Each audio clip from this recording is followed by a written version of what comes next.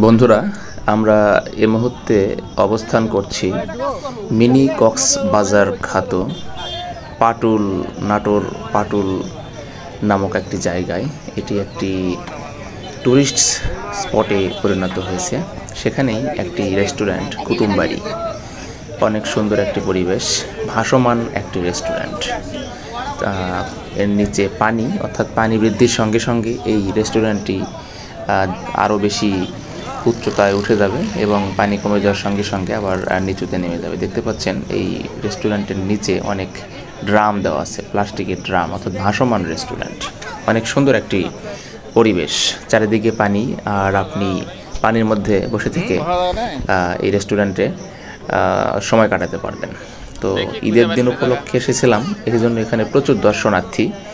হয়তোবা ঈদের দিন না হলে এত দর্শনার্থী হতো না। সেক্ষেত্রে আপনারা বসে এখানে আরও বেশি আনন্দ করে, বিশেষ করে বাতাসে এত পরিমাণ এখানে বাতাস আপনাকে মুগ্ধ করবে।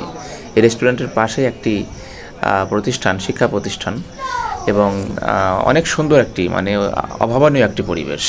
সাধারণত বিলের মধ্যে, এই বিলটি সাধারণত চলন বিল সংলগ্ন একটি বিল, হালদির বিল বলা হচ্ছে। হালদির বিলের মধ্যেই এই পাটুল নামক জায়গাটি।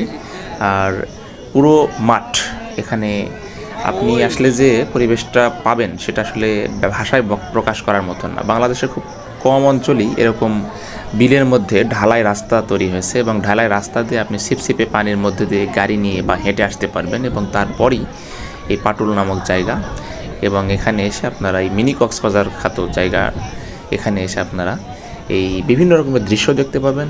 আর বিনোদনের জন্য এখানে নাগরদোলা থেকে শুরু করে, এর আগের ভিডিওতে আমি লাইভ দেখিয়েছি, অনেক ধরনের মাধ্যম আছে। আর সাধারণত সামান্য পরিমাণ কিছু নাস্তা বা খাবার জন্য এই কুটুমবাড়ি ছাড়াও আরও ছোটো ছোটো রেস্টুরেন্ট আছে। তার মধ্যে সবচেয়ে ভালো মনে হলো এখন পর্যন্ত কুটুমবাড়ি।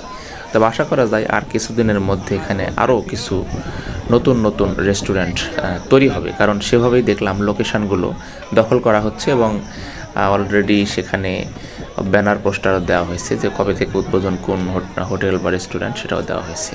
তো অনেক সুন্দর একটি পরিবেশ। আমি, আমার বড় কাকু, আমার কনক, আমার পিস্তাতো ভাই, এবং আর একটি ছোটো ভাই শুভ, 4 জন মিলে এসেছিলাম। এসে আমরা একটি বিকেল এখানে অনেক মজা করেছি, যে 4 ভিডিওই আপনাদেরকে আমি বিভিন্নভাবে তুলে ধরার চেষ্টা করেছি। তো এখানে আমি এই ভিডিওতে এই কুটুমবাড়িতে যে আমরা অবস্থান করেছিলাম এবং একটি নাস্তা করেছিলাম, সেটাই আমি এই ব্লগের মাধ্যমে আপনাদেরকে তুলে ধরলাম।